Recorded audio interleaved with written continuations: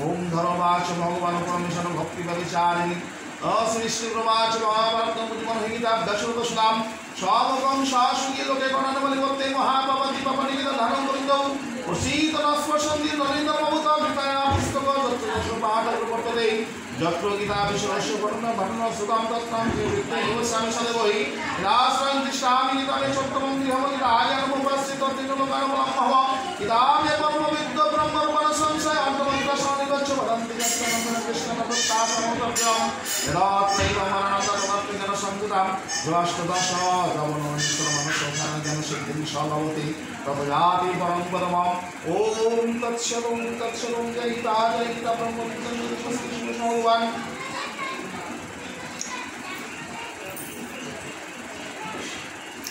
संसार तत्व जम मार्ग श्रीमद् भागवत सुतरे सम्पदे कहे जत मणिगण शुनिल तोमार मुखे अपूर्व कथन भव संसारेर तत्व বলো এইবার জম মার্গ কথা বলো করিয়া বিস্তার এত শুনি সুত কহে শুনো মুনিবার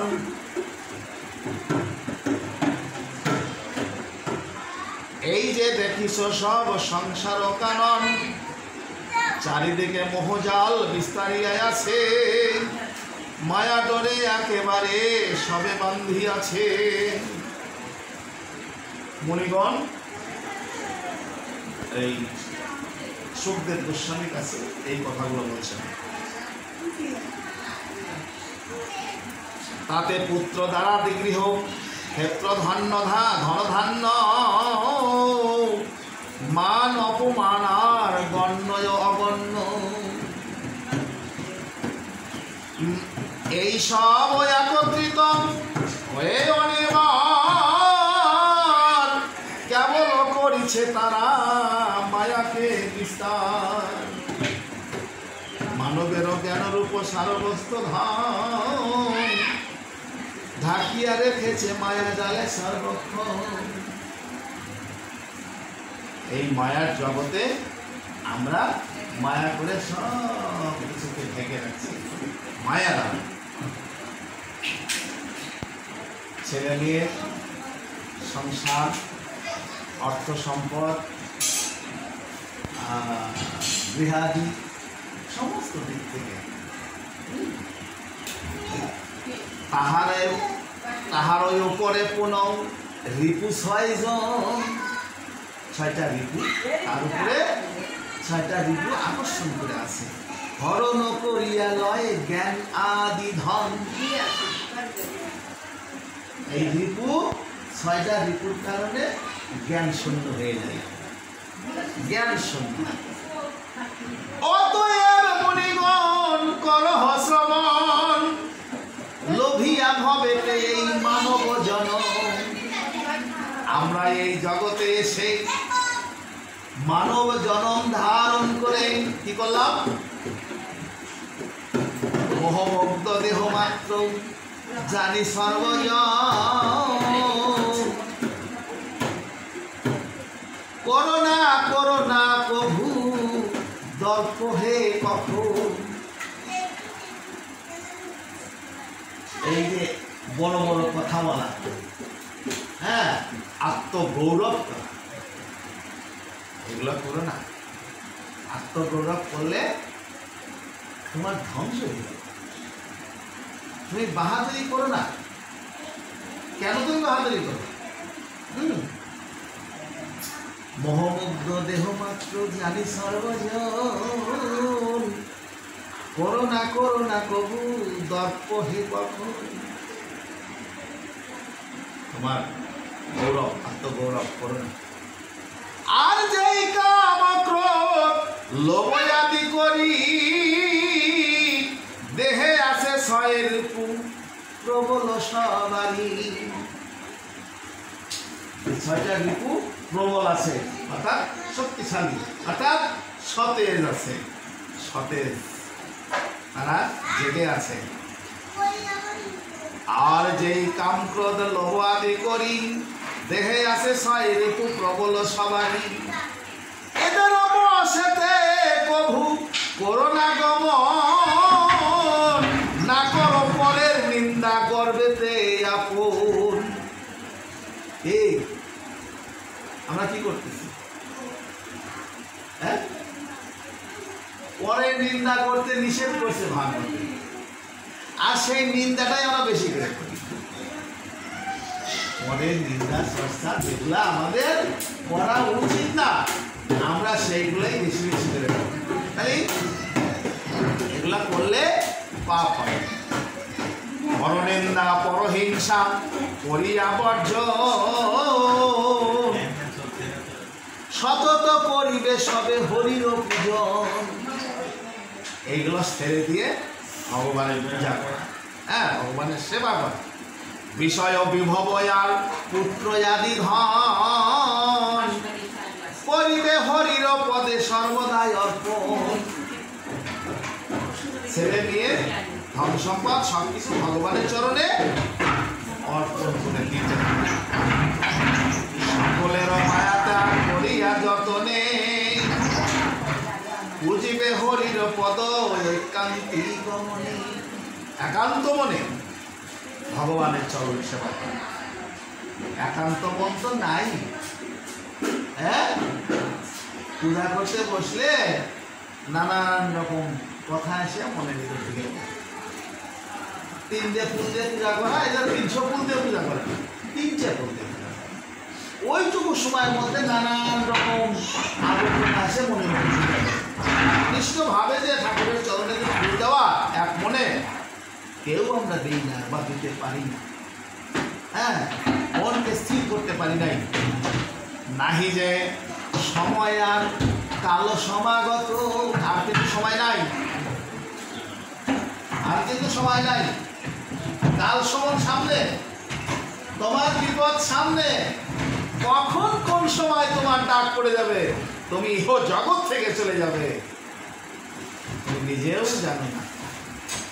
তাই বলছে কাল সময় তোমার সামনে, এখন যে কাজটা পরে করবো, এখন থাক, কখনো। শাস্ত্র না বলে নাই, শাস্ত্র বলছে তুমি পরে করবে, এই কথা বলে ফেলে রেখো না। যদি তুমি করতে না পারো, সেই সময় যদি তোমার না আসে, কি বাস্তবে প্রমাণ না হয়? বহু কষ্ট করে আজকে যেখানে বসে আছি, যার উদ্দেশ্যে এখানে বসছি, একটু লক্ষ্য করে দেখছি। হ্যাঁ, ঠিক তাই না? আমার এই কথার সাথে মিল আছে। বহু কষ্ট করে দূরের থেকে এসে খায়াও গেছে, না খাওয়াও গেছে, দিন পার হয়ে চলে গেছে, কাজ করতেছে। হ্যাঁ, মাঝে মাঝে এসে রক্ষণাবেক্ষণ করছে। তারপরে কি করলে এখানে একটা স্থাপনা শুরু করি। তাও ভাগ্যে যে ঘরে ঢুকতে পারেন।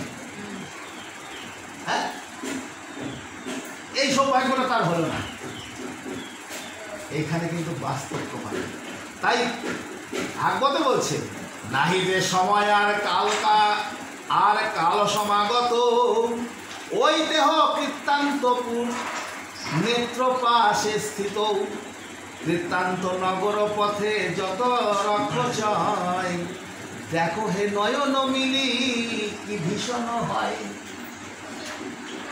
হ্যাঁ, সেই জায়গা কোন জায়গা? কৃত্তান্ত নগর, জায়গার নাম কৃত্তান্ত নগর। তুমি একবার চোখ মিলে তাকিয়ে দেখো কি ভীষণ জায়গা সেটা। কেমন ভীষণ জায়গা? এখন এতে শোনয় হে যত মণিগণ, যতক্ষণ জরায় আসি না করে গ্রহণ। জরা রোগ ব্যাধি, হ্যাঁ, জরায় শরীর যে শীর্ণ করিলে পরে, উপায়ে যত কই আছে সব যাবে দূরে। যতক্ষণ সেই জরাতে আপন শরীর শীর্ণ না করিতে পারে, শোনো যত ধীর। সেই রোগ ব্যাধি এসে যতক্ষণ পর্যন্ত তোমাকে না আক্রমণ করতে পারে ততক্ষণ তুমি কি মনে করছো? আর যতক্ষণ স্বীয় ইন্দ্রিয় নিশ্চয় অধিকার করিয়াছে আপন হৃদয়, যতক্ষণ মৃত্যু ছায়া অঙ্গে না পড়িছে, যতক্ষণ জ্ঞান মন সুপথ চলিছে, ততক্ষণ কর সবে হরির অর্চন। যতক্ষণ তুমি রোগ ব্যাধিতে না ভোগো, যতক্ষণ তুমি সুস্থ আছো, সবল আছো, ততক্ষণ পর্যন্ত তুমি ভগবানের সেবা করো। এই সুযোগে যদি তুমি আর না পাও, সেই সময়ে যদি তোমার না আসে, তার আগে যদি কাল সমান আসে, কালের টানে তোমাকে চলে যেতে হবে। কোথায় যাবো জানি না, কে নিয়ে যাবে তাও জানি না, কত দূরে যাবো, কত দূরে যাবো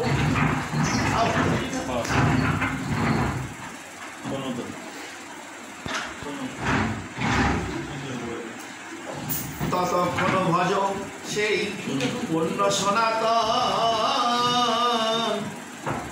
এই কথা বলিতে বলিতে সুত জ্ঞানী একেবারে হরি প্রেমে মুগ্ধ যে আপনি, বলিল কর্কশ বাক্যে নহে মানব, তোমার যদি বুদ্ধিমান, তোরা যদি বুদ্ধিমান হতিসিরে সব, তাহলে কি অনিত্য এই মানব দেহে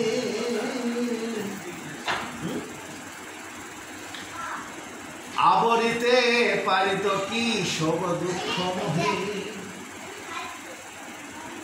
তাহলে কিন্তু শোক দুঃখ ব্যথা জরা যন্ত্রণা কিছুই থাকতো না।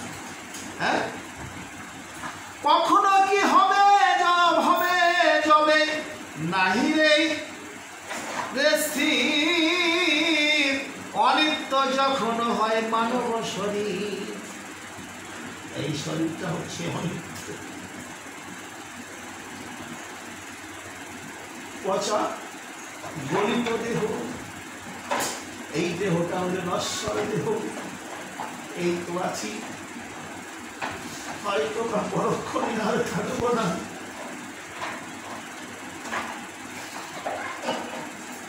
সহসা অসর হয়ে করিবে কখন, কিছুই স্থিরতা নাই যেন সর্বক্ষণ। কখনো কি স্থির আছে? কোন স্থায়িত্ব নাই। আমরা কতক্ষণ থাকবো এই জগতে আমরা কেউ জানি না। মনেতে করিছ এই সংসার ভবনে,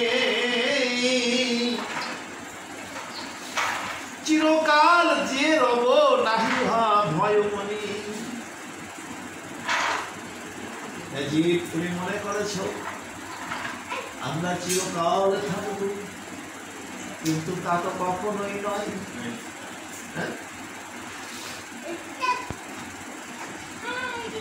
মনেতে ভাবিছ সরা আমার যৌবন, চিরকাল পূর্ণ ভাবে রবে সর্বক্ষণ।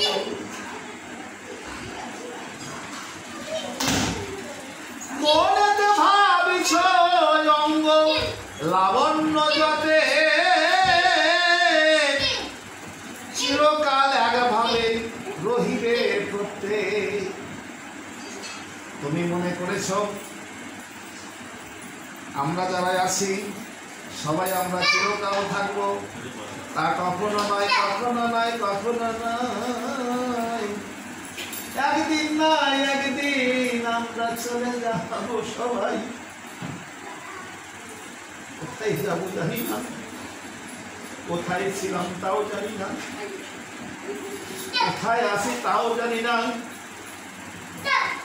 কোনো অস্তিত্ব নাই, কোনো ঠিকানা নাই, কোনো স্থায়িত্ব নাই। ক্ষণিকের সময়ের জন্য ভগবান আমাদের পাঠিয়েছেন, আর এই ক্ষণিকের সময়ের জন্য আমরা ভগবানের কাছে প্রতিশ্রুতি দিয়ে এসেছিলাম, এবং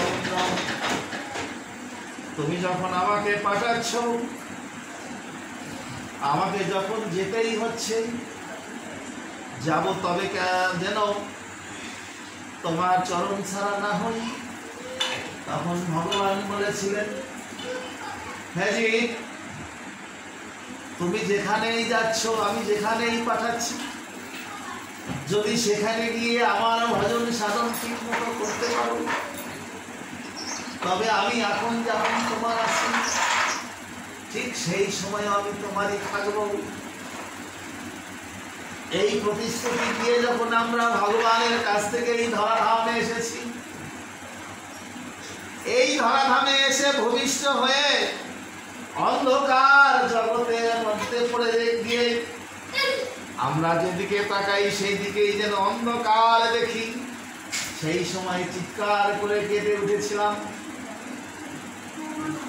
কেন কেঁদেছিলাম? হে গোবিন্দ, আমি যেদিকে তাকাই সেদিকেই যেন অন্ধকার জগৎ দেখছি, আমি যেন তোমাকে দেখতে পাচ্ছি না। তখন কি করলেন? তখন মা আমার মাতৃস্নেহে, মা আমার মাতৃস্নেহে লালন পালন করে বড় করলেন, আর আমি মায়ার জালে ধীরে ধীরে মায়ার জালে ধরাই গেলাম। এই যে মায়ার জালে জড়াই গেলাম, এইভাবে মায়া জালে সংসার জগতে জর্জরিত হয়ে দিনের পর দিন অতিবাহিত করলাম। এবার আমার শিশুকাল গেল, কিশোর থেকে কৈশোর হলো, আবার কৈশোর থেকে যৌবন হলো, যৌবন থেকে বৃদ্ধ হলো, বৃদ্ধ হতেই বার্ধক্য এলো, আবার বার্ধক্য থেকে অন্তিম কাল এসে গেল। কালের পরিবর্তন। এইভাবে আমরা কি করলাম? অন্তিম কাল হয়ে গেল, এইবার যাবার পালায়। এইবার এই জগতের ভবলীলা সাঙ্গ করে আমি যখন চলে যাব, আর কেউ ঠেকাতে পারবে না। আমি কি করলাম? এই জগতে এসে কিছুই করতে পারলাম না। তেজ বীর্য ধন জন যত সমুদায়, চিরকাল এক ভাবে রহিবে নিশ্চয়। এই যে তোমার ভ্রম, নিতান্তই ভ্রম, জানো না যে কাছে কাছে ভূমিছে জন। তুমি জানো না, জানো না তোমার চারদিকে যমরাজ, তোমার চারদিকে যেন যমরাজ ঘুরছে তোমাকে বন্ধন করবার জন্য। কখন কোন সময় সুযোগ, সময় হলেই তোমাকে বন্ধন করে ফেলবে।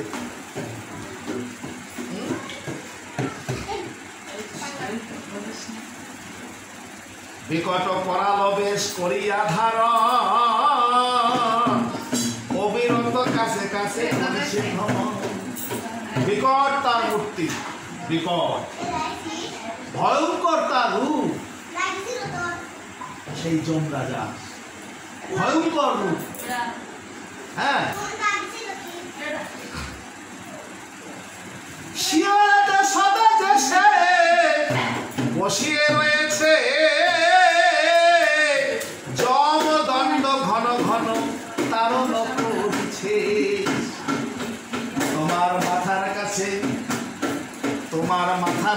তুমি ঘুমিয়ে আছো, আর সেই যমরাজ সেই লাঠি নিয়ে, হ্যাঁ, সেই লাঠি নিয়ে, অস্ত্র নিয়ে তোমার মাথার কাছে অপেক্ষা করছে।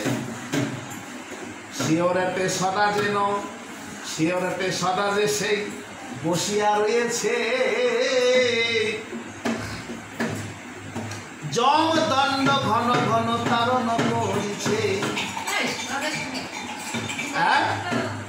তোমার মাথার কাছে বসে লাঠি ঘুরাচ্ছে, যমরাজা লাঠি ঘুরাচ্ছে। তাহা কি রে একেবারে হয়ে বিস্মরণ করিতেছ এত গর্ব তুমি অনিক্ষণ। ইহা কি জানো না তুমি আপনার মনে নিতান্ত অধীন সেই কালের বন্ধনে। তুমি জানো না সেই কালের বন্ধনে তোমাকে বাঁধবে এই যমরাজ। কালের কারণে তুমি বাধা পড়বে।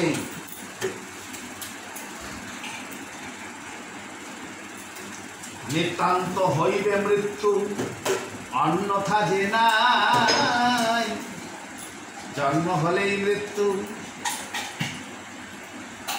আর মৃত্যু হলেই জন্ম। অন্যান্য ধর্মে কিন্তু এই কথাগুলো মানে না। অন্যান্য ধর্মের লোকজন তারা মনে করে কি যে যখন আমরা মরে যাব একবার উদ্ধার হয়ে যাবে।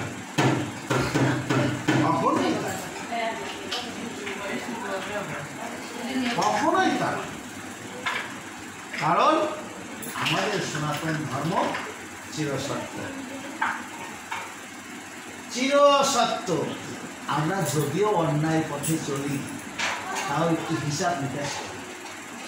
হ্যাঁ, যদিও অন্যায় কাজ করি তবু একটু হিসাব করি যে অন্যায় তো করতেছি, একটু কম করে করি, বেশি করে করলে তো মনে হয় যে রেহাই নাই।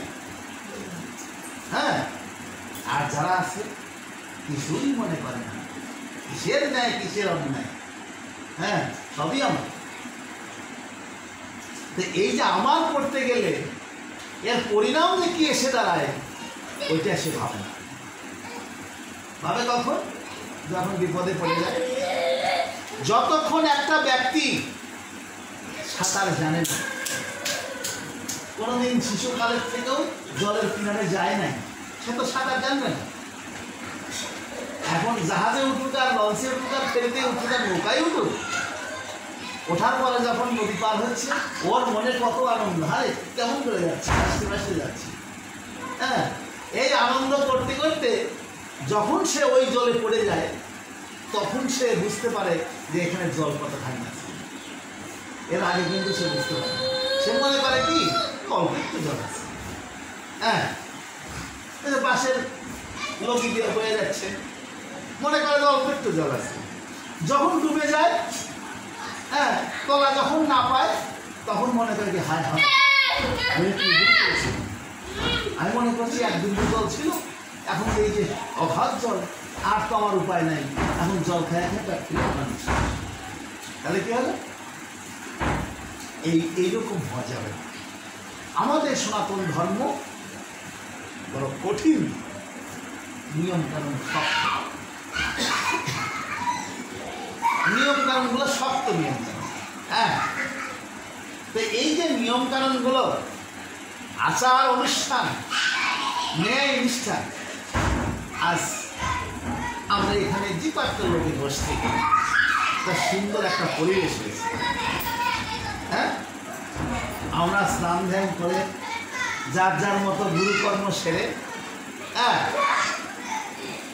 যার যতটুকু বাসরে যেটুক আহারাদি করে আমার নিরিবিলিতে শ্রীমদ ভাগবত কথা, ভগবানের কথা শ্রবণ করবার জন্য বসে আছে। আর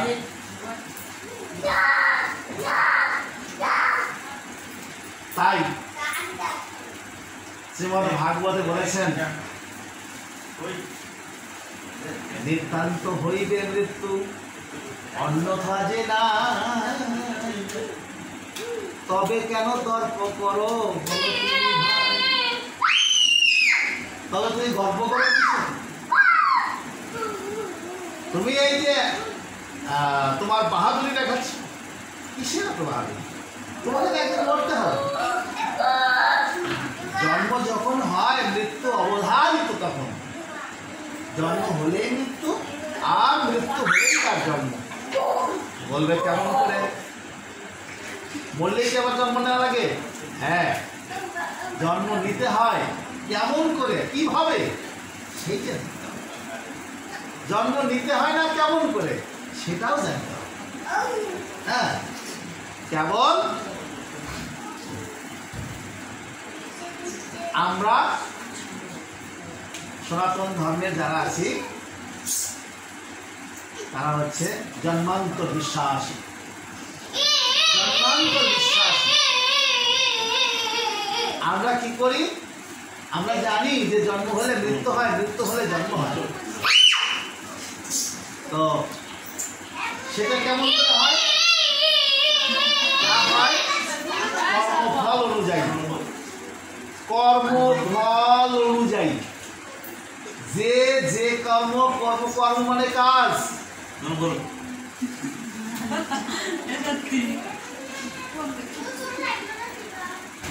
কর্ম মানে কাজ। ওর কাজ ও করছে,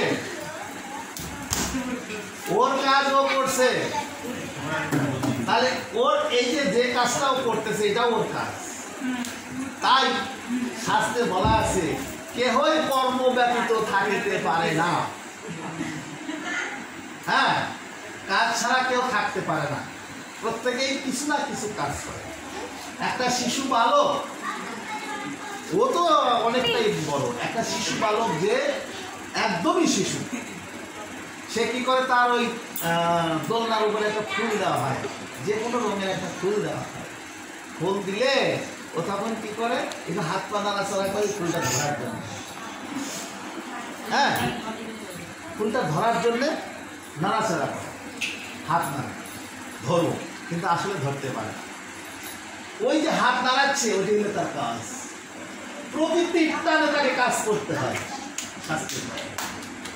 কেউ যদি কাজ না করতে চায় তবু তাকে কাজ করতে হয়, কিছু না কিছু করতেই। তাই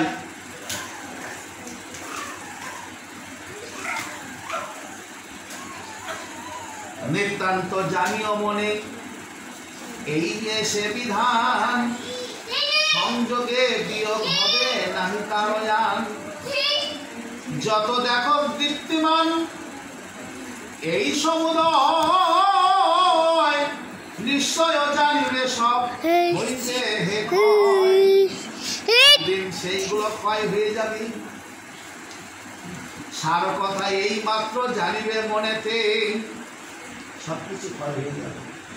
সময় আসলেই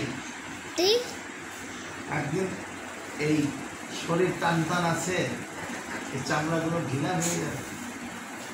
একদিন কাঁচা চুল ছিল, অথবা আইলে আশ্রয় ছিল। হ্যাঁ, এই পাইলে না ওই পাইলে এর সাথে মনে ভালো লাগে। হ্যাঁ, এই রঙের কাপড় না ওই রঙের কাপড়। আস্তে আস্তে এমন হয়েছে কি জানো, আর চিরুনি দেওয়ার কথা মনে থাকে না। আয়নার সামনে 7 দিন 10 দিন 1 মাস না গেলেও আর ইচ্ছা হয় না যে আয়নার সামনে দাঁড়া মুখখানা দেখি কেমন লাগে। ওই ইচ্ছা হারাই গেছে। অনিত্য সংসার নিত্য কিছুই যে নয়, সকলই কালের বশে হইবে তো ক্ষয়। সবকিছু কালের বশে ক্ষয় হয়ে যাবে। সার কথা বলে শোনো ওরে মূলমন, একমাত্র সেই হরি সার বস্তু ধন। তা তো আমরা করি না, তা তো আমরা জানি না, তা তো আমরা মানি না। ভগবান যে একমাত্র মূলধন, তা আমরা কেউ করি না, তা পালন করি না, তা মানি না। সেই সত্য সনাতন হরি হে নিত্য, হরি বিনা আর যত সকলই অনিত্য। একমাত্র ভগবান তিনি হচ্ছে নিত্য, আর যা কিছু আছে সবই অনিত্য। অনিত্য বলতে এই আছে এই নাই, অনিত্য হলো এই আছে এই নাই, আর নিত্য হলো যার স্থায়িত্ব, যার কোনো ক্ষয় না, যিনি যা কিছু পূর্বে ছিল বর্তমান আছে পরেও থাকবে, সেইটি হলো নিত্য বস্তু। সেটা হলো নিত্য বস্তু, যা আগে ছিল এখনো আছে আর পরেও থাকবে, সেটা হলো নিত্য। আর অনিত্য হলো আগে ছিল কিন্তু তার কোনো দেখা যায়, তাকে দেখা যায় কোথায় বা ছিল, কি রূপেই বা ছিল, এখন আছে, আকারে আছে, রূপে আছে, কিন্তু পরে পরে হয়তো থাকবে, পরে হয়তো থাকবে, এটা অনিত্য। অতএব ভক্তিপূর্ণ হৃদয় হইয়া কররে হরির পূজা একান্তে বসিয়া।